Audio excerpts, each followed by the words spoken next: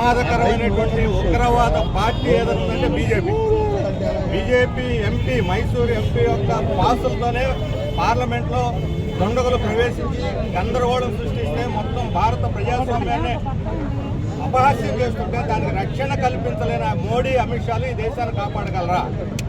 ఇంత తీవ్రమైన అంశాన్ని పార్లమెంట్ లో చర్చించాలని చెప్పిన ఎంపీలు అడిగినందుకు నిర్దాక్షిణ్యంగా వాళ్ళని సస్పెండ్ చేసి 149 మంది ఎంపీలు దేశ చరిత్రలోనే ఇంతవరకు ఎప్పుడు కని విని ఎరిగిన రీతిలో వాళ్ళందరినీ బయటికి పంపించి ఇక దీని గురించి ఎవరూ మాట్లాడకూడదు, బీజేపీని ఎత్తి చూపకూడదు అని చెప్పి ఒక ప్రమాదకరమైనటువంటి అంశాన్ని దాచిపెట్టడానికి ఒక ఉద్దేశపూర్వకంగా కుట్రపూరితంగా బీజేపీ ఈరోజు మోడీ వ్యవహరిస్తున్నారు.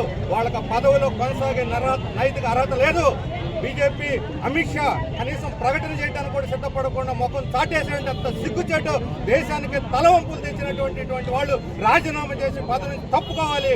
ఈ 149 ఎంపీల యొక్క సస్పెన్షన్ ని రద్దు చేసి వాళ్ళందరూ కూడా పార్లమెంట్ లో తిరిగి పునఃప్రవేశం కల్పించాలి. ఈ రోజు కూని అవుతున్న ప్రజాస్వామ్యాన్ని కాపాడాలని మొత్తం మన రాష్ట్ర ప్రజానీకాన్ని విజ్ఞప్తి చేస్తున్నాం. వైసీపీ టీడీపీలు సిగ్గు లేకుండా ఈ రోజు బీజేపీ అప్రజాస్వామ్య చర్యలను అక్కడ బలపరుస్తున్నాయి. వైసీపీ అయితే వాళ్ళకు పూర్తిగా కొమ్ము కాసి వాళ్ళకి లొంగిపోయి పాదాభిషేకం చేస్తా ఉంది. తెలుగుదేశం వాళ్ళు నోరు మెదపడం లేదు. ఇక్కడ ప్రజాస్వామ్యం కావాలి, అక్కడ మాత్రం మోడీ నిరంకుశత్వాన్ని బలపరచాలంటే చెల్లదు. మోడీ నిరంకుశత్వాన్ని కూడా వ్యతిరేకిస్తారు. ముందుకు వస్తేనే ఈ రాష్ట్రంలో మీరు ప్రజాస్వామ్యాన్ని కాపాడే అర్హత ఉంటుంది అని చెప్పి వాళ్ళకు కూడా హెచ్చరిక చేసి ఇప్పటికైనా ముసుగు తొలగించి బయటికి రండి, ప్రజాస్వామ్య పక్షాన్ని నిలబడండి అని చెప్పిన వాళ్ళకు కూడా మేము విజ్ఞప్తి చేస్తున్నాం.